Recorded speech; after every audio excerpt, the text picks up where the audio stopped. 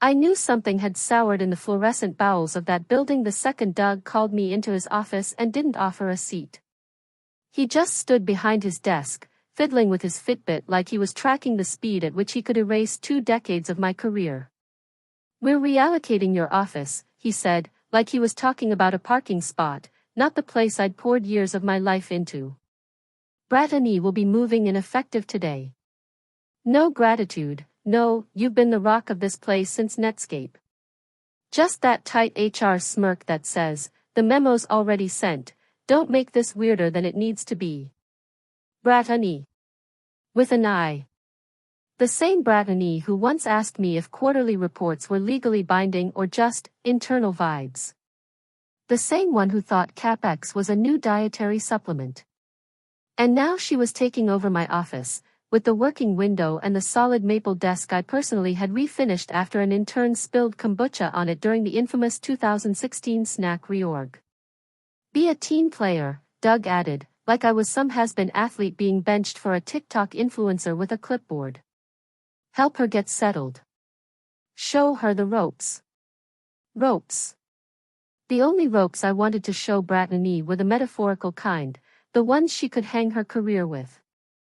But I smiled. Nodded. Took the blow like a professional.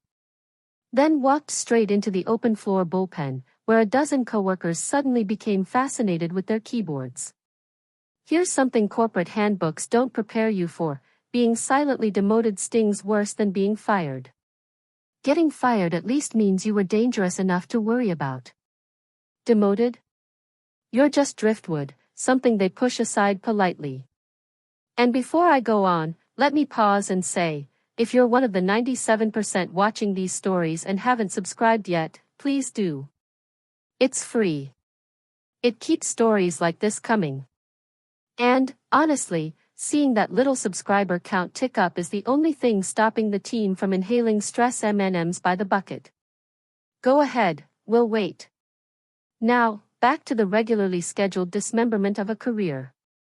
I spent that morning boxing up my life, my sanctuary, into cardboard relics that once held toner and promotional stress balls.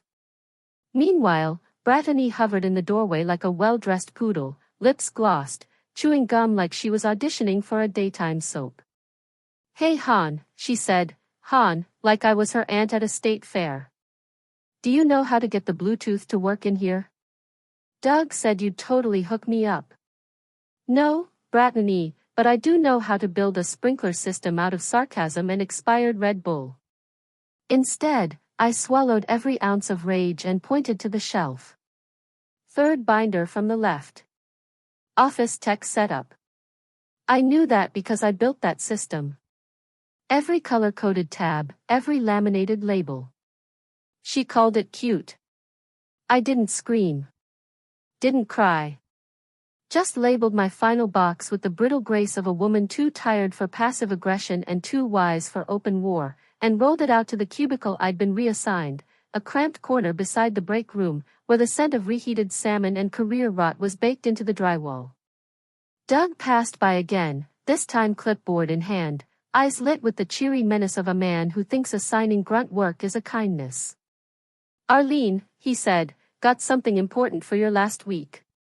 We're cleaning the archives, leases, property records, expense files. Figured you'd be perfect for it." He said it like he was offering a favor. Like erasing history was some kind of honor. I nodded. Because sometimes silence is your sharpest weapon. I walked past Brittany, now lighting lavender candles in my old office, and headed to the basement archive room, cold, ignored, forgotten. Just like me. But that's where the truth lives. In signatures. In ink. In documents no one ever expects you to read. And I was about to uncover a story worth everything they tried to take from me. By Tuesday, my former office had transformed into something between a Claire's pop-up and a Yankee Candle outlet. Brittany had replaced my desk lamp with a Himalayan salt rock she called her emotional support crystal, and swapped my ergonomic chair for a white faux fur throne that looked like a TikTok taxidermy project. I paused in the doorway, inhaling the carnage, lavender candles, framed selfies, a sequin pillow embroidered with Boss Babe, and Doug laughing like someone's drunk uncle at a bar mitzvah. "Oh my God, Dee," she squealed. "You have to try the fuzzy chair. It's like serotonin is hugging your butt." "Dee," she called him Dee. I felt a pop in my spine, like a vertebra whispering, "This is your villain origin story." I turned away before my face gave me away. That particular mix of disgust, nausea, and the dead-eyed calm only women who've been flattened by corporate wheels recognize. My new desk was jammed between the fridge and a supply cabinet. Every time someone grabbed a Diet Coke or bumped the sharpish shelf, my monitor swayed like it was lost at sea. I kept tissues by the keyboard, not for tears, but to wipe splashes of reheated chili that exploded near my screen each lunch hour. Colleagues ghosted me like I had workplace cooties. Even Janice from compliance, who once sobbed in my arms over her golden retriever's death, wouldn't meet my eyes. I had become toxic. A warning. Proof that tenure meant nothing unless you wore heels and fake laughed at Doug's fantasy football jokes. So, I did what any seasoned, betrayed workhorse would do. I went full machine. I buried myself in archives, scanning, logging, tagging every lease and property file with the precision of a machine fueled by caffeine and spite. I didn't miss a line. But while my hands moved, my eyes watched. I noticed everything. How Brittany started getting padded envelopes labeled confidential. How Doug locked his office daily between 2:15 and 2:45.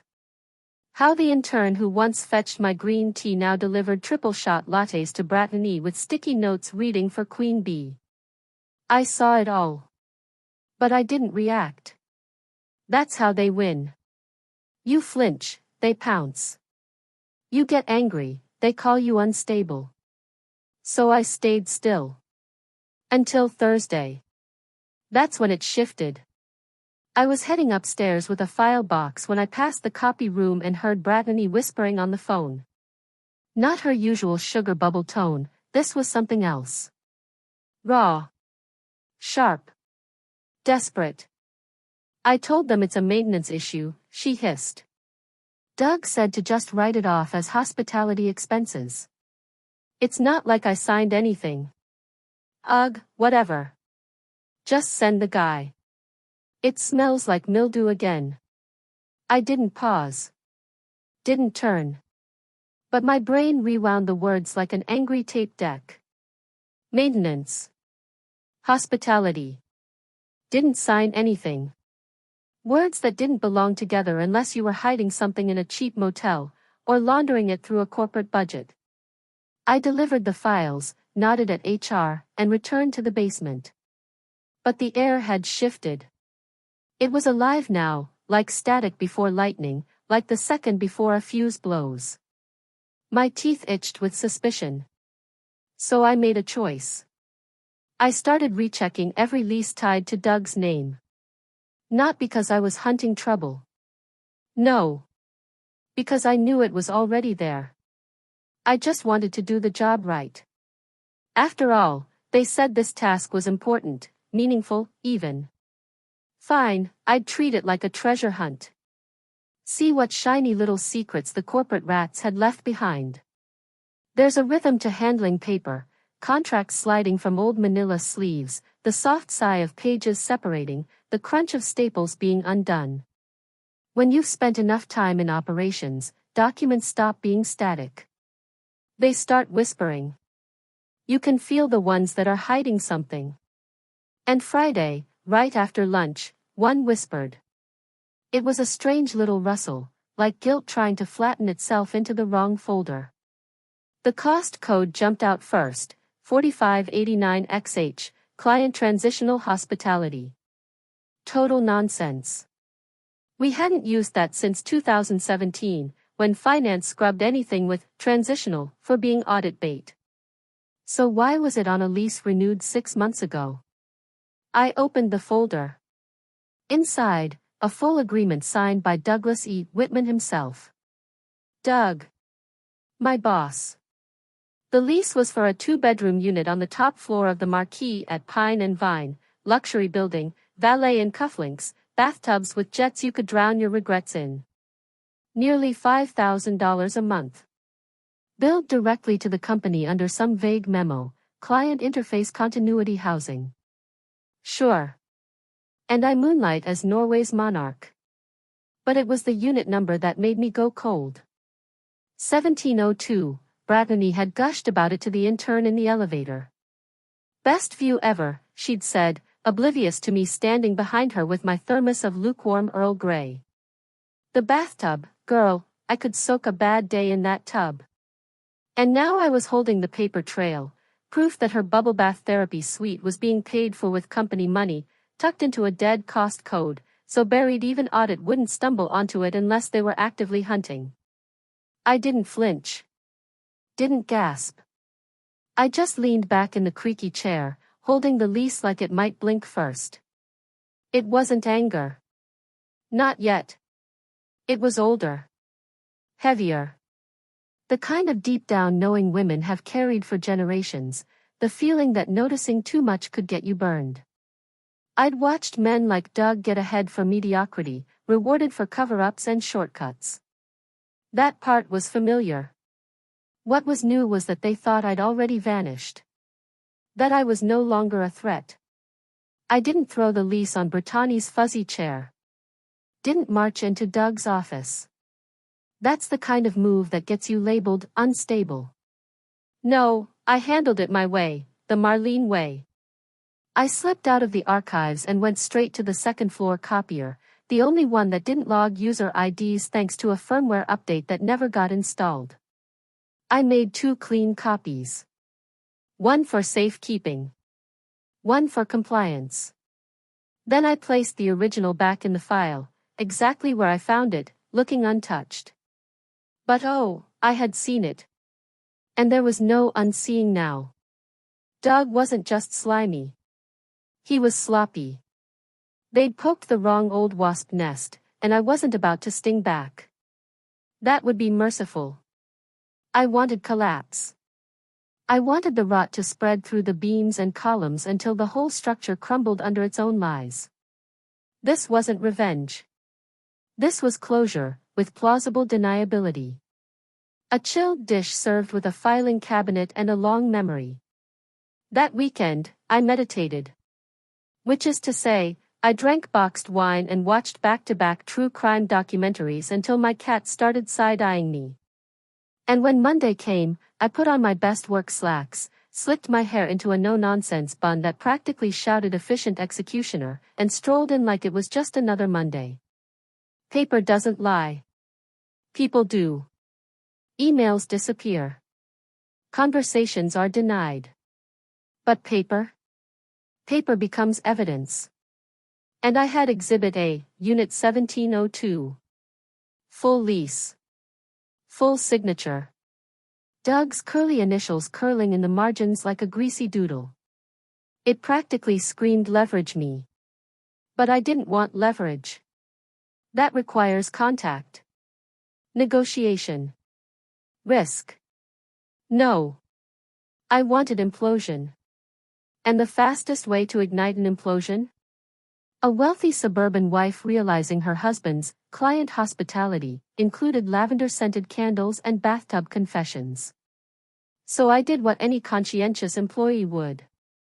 I compiled the full archive report for the week. Every lease scanned, every record labeled, all proper copies made. But when it came time to submit the folder to accounting, I held one back, the original Marquee lease. That one got special treatment. I printed one fresh copy. Unmarked. Clean.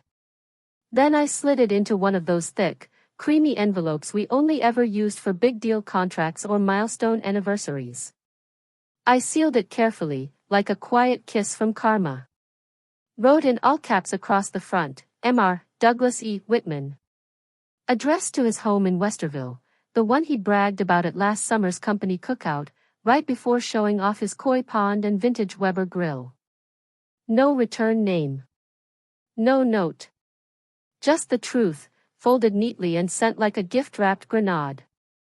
I didn't go near the legal or courier trays. I walked it to the standard mail bin at reception, the one marked for sorting and stamping and casual delivery. I dropped it in. Just like that. One soft thunk, gone. No drama. No music. Just the quiet efficiency of paperwork being weaponized. I lingered half a second. Watched the envelope nestled between a Staples order and some HR flyers about burnout. Then I walked away. Each step felt like relief. Like taking off a corset after pretending all day you weren't suffocating. My heels clicked down the hall, sharp, decisive punctuation in a sentence they'd never seen coming. Because now it was set in motion. No confrontation. No trail. Just ink and implication. Let the lease speak for itself. Let the ink scream where I stayed silent. Let Doug's koi pond fairy tale turn belly up the moment his wife opened that envelope and discovered what client hospitality really meant. The room I ended up in smelled like air freshener and awkward endings. 2 beige chairs, 1 clipboard, and an HR rep who looked like she'd rather be literally anywhere else. Elise? Maybe Elaine? I didn't care. She had that look of someone who journals about gratitude but never practices it in the wild. So, she began, reading from a pre-written exit checklist like it was a menu for polite disappointment. On behalf of the company, I want to thank you for your contributions over the past 22 years, I said, not looking up. She blinked. Right. 22. No cake. No slideshow. Not even a half-hearted speech about impact or legacy. Just her mumbling through a script like she was walking me through cremation options. Were there any unresolved issues you'd like to raise? She asked, eyes already down. It felt like being asked to name your favorite infection. Nope, I said flatly.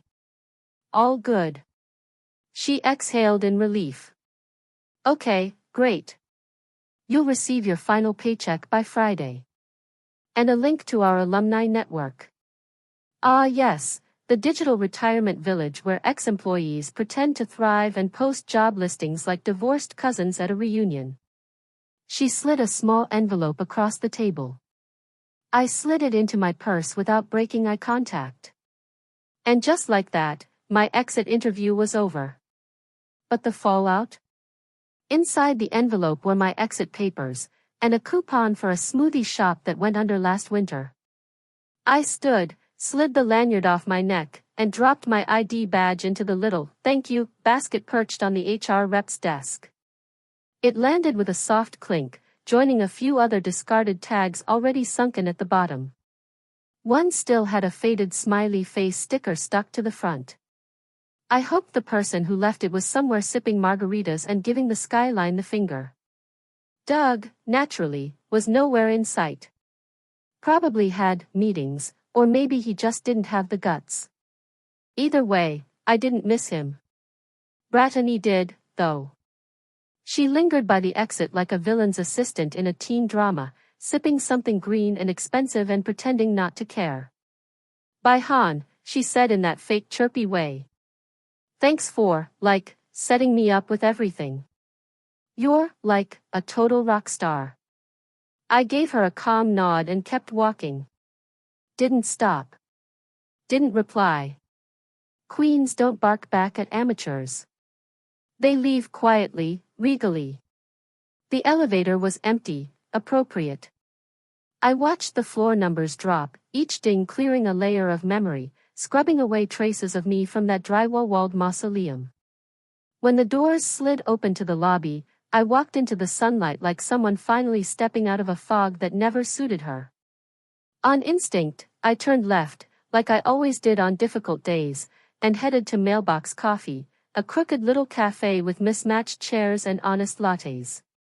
It had 2 things going for it, no motivational posters and a perfect view of the office doors. I ordered my usual, tall latte, no syrup, no chat, just bitter fuel in a warm cup. Then I settled into my favorite window seat, pulled out the slim leather notebook I'd carried in my bag for years, and flipped it open to a fresh page. Its cover said, "Observations," but really, it was a ledger. A quiet register of all the things people thought I'd ignored. I wrote one word, delivered. Then I sipped. Some exits don't need applause. Just a clean line, a solid seat, and a damn good view of what comes next. I was halfway through my second cinnamon scone when my phone buzzed. One of those persistent little tremors that screams, "Something's up." I glanced at the screen, expecting some promo text or a last gasp from a mailing list I forgot to unsubscribe from. Instead, it was Lacey. Lacey, who hadn't messaged me in over half a year, not since she cried quietly in the elevator after being passed over for a promotion Doug handed to a guy who called Excel, that grid thing. Her message was tight. Minimal. But practically shaking with caffeine-fueled glee. "Did you hear? Doug's wife lawyered up. Something about misuse of funds." I reread it once in surprise, twice in satisfaction. Well, I thought. Seems like that envelope survived the koi pond. I didn't reply. No need. That would mean entering the fray, and I was done being in anyone's orbit.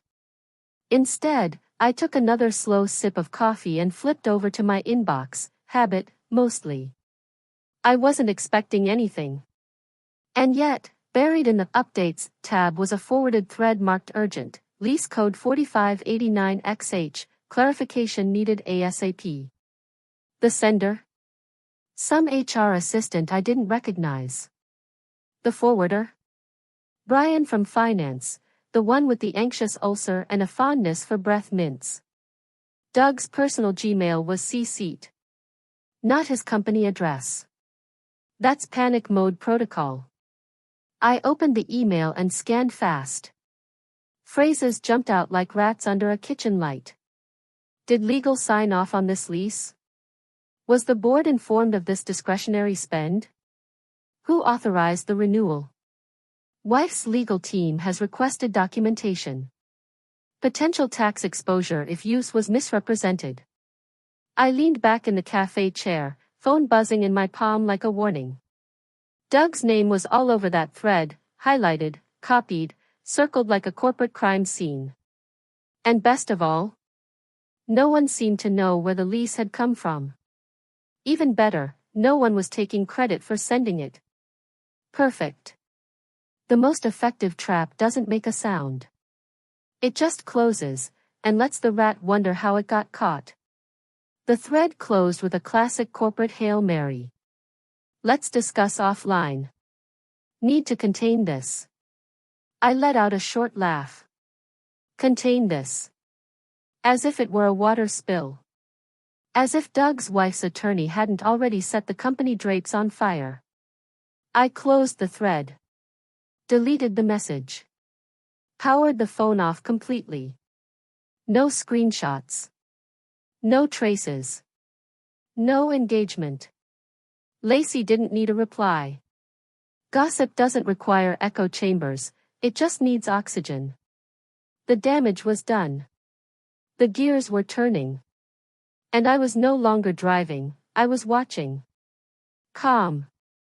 Unbothered. Pastry in hand. Like a commuter who just missed a bus, that exploded 5 minutes later. By Wednesday, the office was coming apart at the seams. Reception stopped doing greetings. HR's door was locked tighter than Doug's moral compass. And Janice, from compliance, probably, had taken to muttering, "This is above my pay grade," every time the copier jammed, which was often. I wasn't there, of course. But whispers travel faster than company newsletters. And thanks to one guilt-riddled junior staffer with VPN access, I had front-row seats from my corner cafe. He messaged me on an encrypted app we'd once used to plan a surprise retirement party for an IT guy, who, ironically, was later caught smuggling toner. "It's chaos," he typed. "Doug's wife has legal crawling over accounting. She's demanding a full audit. Cards, bonuses, housing. Everything's under review.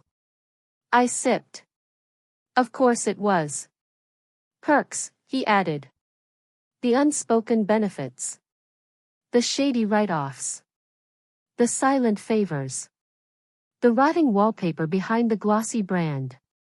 And now it was unraveling. All of it. Even better, no one knew where to yank to stop it, because there wasn't a thread to pull. Just drift. Doug? Working remotely. Which in HR speak means bourbon at noon and texts from legal. Brittany? Gone. No PTO notice. No wellness email. Just absence. Like she'd evaporated, or just didn't want to face the stairs anymore. Rumors spread like fungus. She was seen crying in the stairwell. She was sent home for optics. She told someone, it wasn't even my idea. I let the junior staffer type it all out. Let him unload his nerves like soggy groceries. And when he finally asked, do you know anything about this? I sent back the digital version of a shrug. Heard whispers. Nothing solid. Take care of yourself. Then I logged out. Not because I felt guilt. Because it was time. Time to send what I'd been preparing since the moment I found that lease. An anonymous upload. One file. Code _4589XH pattern of misuse _Q1, Q3.pdf. No name. No signature. No trail. Just 47 pages, lease scans, transaction records, timestamps, receipt clips. A trail of breadcrumbs so damning, no one had to say a word. Just evidence. I uploaded it to the company's whistleblower portal, the one they built during that brief post-Me Too panic when they were pretending to care about ethics. Then I deleted my company email. No backup. No redirect. Just gone. Like I'd never been there. Like a shadow that finally stepped out into the sun. I wasn't staff anymore. Wasn't a risk on the payroll or a concern for PR. I was something much harder to manage, a forgotten detail that suddenly rewrote the ending. That morning, the clouds rolled in like they had an appointment, low, heavy, and humming with the kind of charge that made people check their locks twice. I arrived at the cafe just after 9, ordered my usual twice-baked quesa, extra crisp, thanks, and claimed my favorite table by the window. It didn't take long. At 9:17, black sedans began creeping into the parking lot like something out of a legal thriller. By 9:23, the regional counsel from Boston stepped out of one, jaw clenched, posture stiff. By 9:31, two junior partners entered without their typical jokes, eyes averted, gripping their phones like holy relics. The vibe? Crisis mode. Full tilt.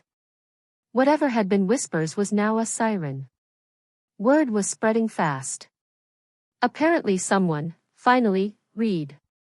People started questioning what, exactly, Brittany's job even was. Because if she wasn't technically a client rep, then her fancy apartment, paid for by the company, wasn't just awkward, it was illegal. Specifically, tax fraud. And suddenly, nobody wanted to touch that. According to my favorite little insider, the phrase du jour was systemic liability. That's when the investors, those ever-cautious wolves, started sniffing around for rot. Once the money feels uneasy, the walls crack fast. One senior partner, Sharon, I think, began testing out the idea of optics through leadership renewal, which was rich coming from someone who'd once spent 40 grand on branded robes and goat yoga. But she smelled the shift. Doug was bleeding trust, and sharks circle fast. Inside that boardroom, I could almost see it, legal walking through slides, cost codes, PDFs, even a color-coded timeline. Doug probably tried to spin it, maybe threw out something like, isolated mistake, but the framing was already locked in. At 10:06 a.m., there he was. Doug. My old boss. The one who once said I was too logistics-minded for strategy. He stormed out of the building, red-faced, suit half on, shouting into his phone like it held his last ounce of control. He tried to yank open a waiting car door, fumbled his phone, cursed, and just froze. Like someone realizing the stage had collapsed under him mid-monologue. I didn't gloat. Didn't lift my cup in mock tribute. Just broke my quasar in half and let the crumbs fall like dust. He didn't see me, obviously. They never do. Not the ones who bury you under admin work and catered birthdays. Not until you pull the last string and watch the marionette show crash. I just sat there, still and calm, as Doug disappeared into the gray, less a person, more a warning label. The headlines came later. No names, of course, but the story was unmistakably mine. Tech exec under fire for corporate housing abuse. Beneath it, terms like spousal discovery, unauthorized perks, and the shining jewel, federal expense probe. Doug's wife hadn't just lawyered up, she'd brought the thunder. Filed a financial discovery motion so wide it pulled every expense log ever touched. Holiday bonuses? Under review. Brittany? Subpoenaed within 48 hours.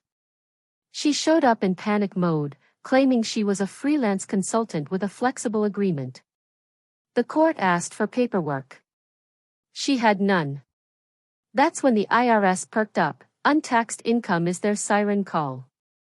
Word spread internally. Doug had stepped away to focus on personal matters, which everyone knew meant the board handed him a cardboard box and a silence contract thick enough to crush a printer.